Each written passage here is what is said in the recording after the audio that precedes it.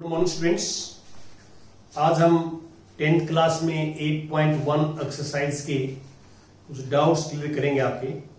सबसे पहले हम क्वेश्चन नंबर 2 से स्टार्ट करते हैं। Question number 2 exercise 8.1। Second question statement पढ़ देता हूं मैं। इन फिगर 8.13 ये फिगर आपको गिवन है। This figure, this angle is 90 degree, PQR. PQR, this is 12 centimeter, this 13 centimeter, और हमें QR फाइंड आउट करना है। तो हमें जो है पहले QR फाइंड आउट करेंगे, क्योंकि हमें ये फाइंड आउट करना है tangent P minus cot R। यहां पे आप ध्यान से देखें कि ये ट्रिग्नोमेट्रिक फंक्शंस हैं, तो हमें 3 साइड्स चाहिए। यहां से 3 साइड्स आने चाहिए। तो यहां अकॉर्डिंग टू पाइथागोरस हम लिखेंगे base square Q R square plus P Q square equal to P R square. अब वैल्यू पुट करेंगे तो क्यू आर स्क्वायर प्लस ये 12 स्क्वायर और ये 13 square. Q R square equal to 169 minus 144। Q R square equal to 25 का square और this equal to 5। याद है ये हमने क्यू आर जो है वो फाइंड आउट कर लिया 5। अब यहां ध्यान से देखें दिस इक्वल टू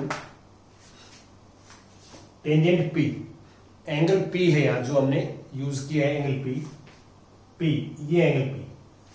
तो इसके अपोजिट साइड जो होगी वो परपेंडिकुलर होगा। This is base and this is hypotenuse. तो टेंजेंट होता है perpendicular upon base, perpendicular upon base. ये है। अब यहां एंगल आर है, देखो कॉट आर एंगल है, तो ये कंसीडर करेंगे। अब ये एंगल आर है तो इसके अपोजिट साइड परपेंडिकुलर होगा। This is hypotenuse, this is base. तो दिस इज परपेंडिकुलर कॉट होता है बेस अपॉन परपेंडिकुलर। तो ये परपेंडिकुलर है, ये बेस है आर एंगल के लिए। तो यहां पे भी हम 5/12 लिखेंगे, क्योंकि ये बेस है, बेस अपॉन परपेंडिकुलर कॉट होता है। तो कैंसिल हो गई, ऐसे हो गए। नेक्स्ट क्वेश्चन नंबर 6 देखिए आप। Question number 6 exercise 8.1। 6th question में क्या है? If angle A and angle B are acute angles such that cos A equal to cos B, show that angle A equal to angle B. देखिए आप इसमें ध्यान से पढ़ें तो हमारे पास एक ट्रायंगल है, ये ए है, ये बी है और ये सी। तो स्टेटमेंट में क्लियर लिखा हुआ है कि A and B are acute angles. A और बी एक्यूट एंगल्स हैं। और गिवन क्या है हमें? गिवन है cos A equal to cos B. तो यहां एंगल दोनों जगह डिफरेंट है और एंगल के अकॉर्डिंग ही परपेंडिकुलर और बेस का हम आइडिया लगाते हैं। तो सबसे पहले एंगल जो है यहां ए है, तो ए एंगल ये है। तो इस एंगल का अपोजिट इसके लिए cos ए के लिए परपेंडिकुलर ये होगा और बेस ये होगा। तो cos क्या होता है? Base upon hypotenuse. तो cos ए होगा AC अपॉन AB। अब cos B, अब एंगल B है, B के लिए ये एंगल है B, तो B के लिए परपेंडिकुलर ये है, बेस BC है। तो cos B होगा बेस अपॉन हाइपोटेन्यूज, ये होगा। ऐसा करेंगे हम। अब यहां से आप देख सकते हैं AB से AB कैंसिल, तो AC इक्वल टू BC और AC इक्वल टू BC है तो लिख सकते हैं angle A equal to B। क्यों? क्योंकि ये साइड इसकी इक्वल प्रूव कर दी हमने, तो आपको पता है कि ट्रायंगल्स में इक्वल साइड्स हों तो उनका अपोजिट एंगल भी इक्वल होते हैं। Opposite angle of equal side is also equal. तो यहाँ पे ये लॉजिक लगाया हमने, ये प्रूव किए कर चुके हैं हम कि ट्रायंगल्स में टू साइड्स आर इक्वल तो their opposite angles are also equal. ये यहाँ लॉजिक लगा है क्वेश्चन नंबर 6। अब क्वेश्चन नंबर 7 देखिए आप, 7th question. 7th question statement पढ़ लेता हूं। 7th क्वेश्चन में if cot theta equal to 7/8, cot theta हमारे पास 7/8 है और इवेल्युएट दिस, ये दो पार्ट्स हैं। जैसे पहले फर्स्ट पार्ट लेता हूं मैं। फर्स्ट पार्ट में मी इवेल्युएट करना है कि 1 plus sine theta into 1 minus sine theta upon 1 plus cos theta और 1 माइनस कॉस थीटा। ये फर्स्ट पार्ट में इवेल्युएट करना है। और सेकंड पार्ट में इवेल्युएट करना है आपने कॉट स्क्वायर थीटा। देखिए कोट थीटा ये है तो इसके लिए हम ट्रायंगल बनाते हैं। ये राइट एंगल ट्रायंगल है, दिस एंगल इज थीटा सी और ये एबीसी, एबीसी। ये एक्यूट एंगल थीटा है तो थीटा के अपोजिट साइड परपेंडिकुलर होगा। 90 के अपोजिट हाइपोटेन्यूज है ये बेस। और कॉट क्या होता है? Base upon perpendicular. Cot theta क्या होता है? Base upon perpendicular. यहां से हम हाइपोटेन्यूज निकालेंगे, एच निकाल। तो आपको पता है कि पाइथागोरस थ्योरम ये होती है hypotenuse square equal to base square plus perpendicular square. और यहां पे ये आ जाएगा स्क्वायर रूट ऑफ 7 का स्क्वायर 49 और 64, ये 113। ये आ जाएगा स्क्वायर रूट ऑफ 113। ये हमने फाइनल कर दिया। तो अब इस राइट एंगल ट्रायंगल की तीनों साइड्स हमारे पास है। अब ये वैल्यू आप यहां पुट कर सकते हैं और सिंप्लीफाई कर सकते हैं। देखिए इसको आप स्टेप बाय स्टेप, इसमें आप साइन थीटा और कॉस थीटा की वैल्यू पुट कर दें यहां और वैल्यू पुट करके कैलकुलेशन कर लें, या इसको पहले भी आप मल्टीप्लाई कर सकते हैं। सिंप्लीफाई कर लें, छोटा कर लें इसको और फिर वहां से वैल्यू पुट कर दें एक ही बात। वो आपने देखना है कि आप साइन थीटा और कॉस थीटा की वैल्यू पहले पुट करते हैं देन सिंप्लीफाई, या पहले सिंप्लीफाई करके बाद में पुट करते हैं। दोनों में ठीक है, कोई प्रॉब्लम नहीं है। अब यहां ध्यान से देखें आप, 1 प्लस साइन थीटा, थीटा ये साइन थीटा हो जाएगा 8/113, 1 माइनस 8 स्क्वायर रूट ऑफ 113। और यहां पे 1 plus base upon hypotenuse 7 square root of 113 और 1 माइनस 7 अपॉन रूट 113। याद है। अब ये फॉर्मूला अप्लाई करेंगे हम, a plus b into a minus b. इसको हम a सपोज कर लेते हैं, इसको हम b सपोज कर लेते हैं। a plus b into a minus b, ये फॉर्मूला बनेगा a square minus b square, और नीचे भी a plus b into a minus b, a minus b, और दिस इक्वल टू, और यहां आएगा 1 माइनस 49/113। याद है, क्योंकि न्यूमरेटर का स्क्वायर अलग करेंगे और डिनोमिनेटर का स्क्वायर अलग करेंगे। स्क्वायर से स्क्वायर रूट कैंसिल हो जाएगा। और अब हम एलसीएम लें, न्यूमरेटर में एलसीएम आएगा 113, तो 113 माइनस 64, और डिनोमिनेटर में 113 एलसीएम आएगा 113 माइनस 49। एलसीएम से एलसीएम कट जाएगा, इसका रेसिप्रोकल करेंगे तब, और ये आएगा 49/64। याद है। और ये हमारे पास रिक्वायर्ड रिजल्ट आ जाएगा इसका। अब सेकंड पार्ट में यदि आप ध्यान से देखें, सेकंड पार्ट में सेकंड पार्ट में हमने कोट स्क्वायर थीटा की वैल्यू निकाली। तो कोट थीटा की वैल्यू तो यहां गिवन भी थी हमारे, कोट थीटा 7/8, तो 49/64। तो आप देख सकते हैं कि बोथ आर इक्वल, दोनों इक्वल हैं। तो आपने जो फर्स्ट पार्ट में वैल्यू निकाली है वो 49/64 है, और सेकंड पार्ट में वैल्यू निकाली 49/64। इसका मीनिंग क्या है कि इसकी जो वैल्यू है, इसकी वैल्यू है वो कॉट स्क्वायर थीटा के इक्वल है, ये मीनिंग है इसका। अब नेक्स्ट, ये क्वेश्चन नंबर 7 था हमारे पास।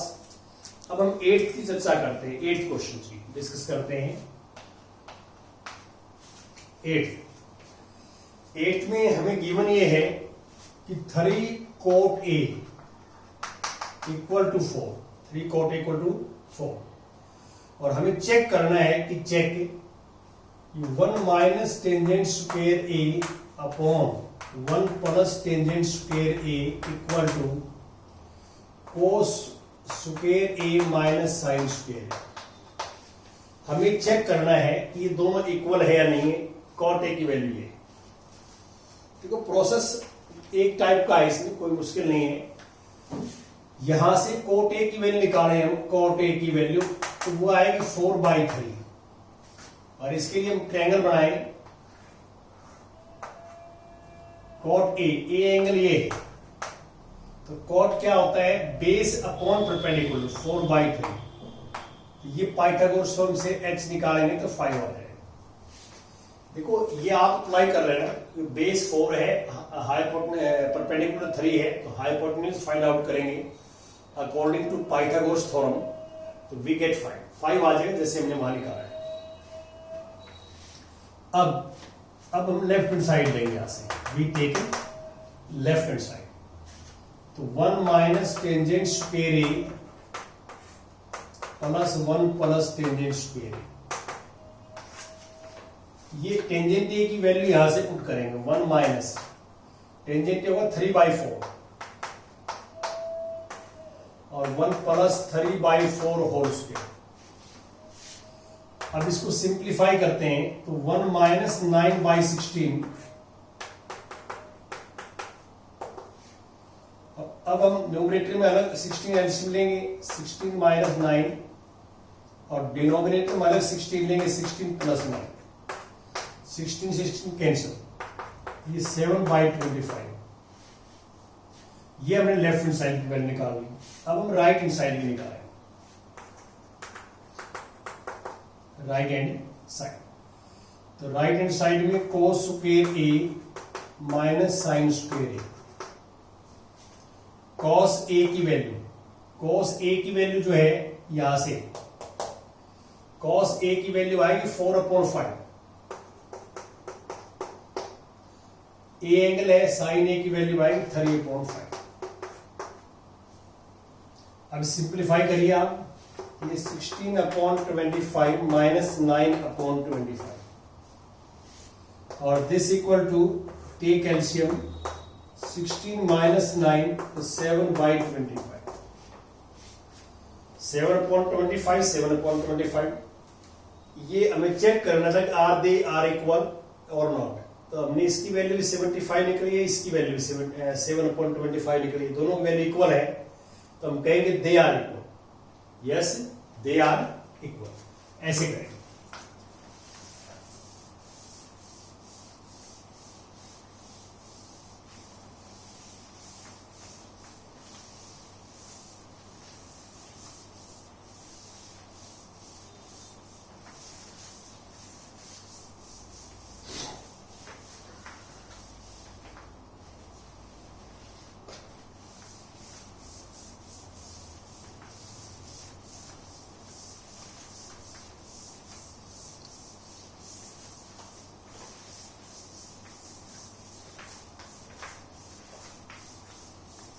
हाँ जी, अब हम आगे नेक्स्ट कंटिन्यू करेंगे।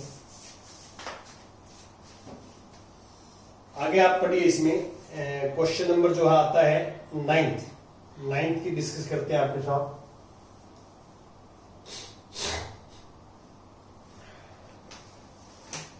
9th question.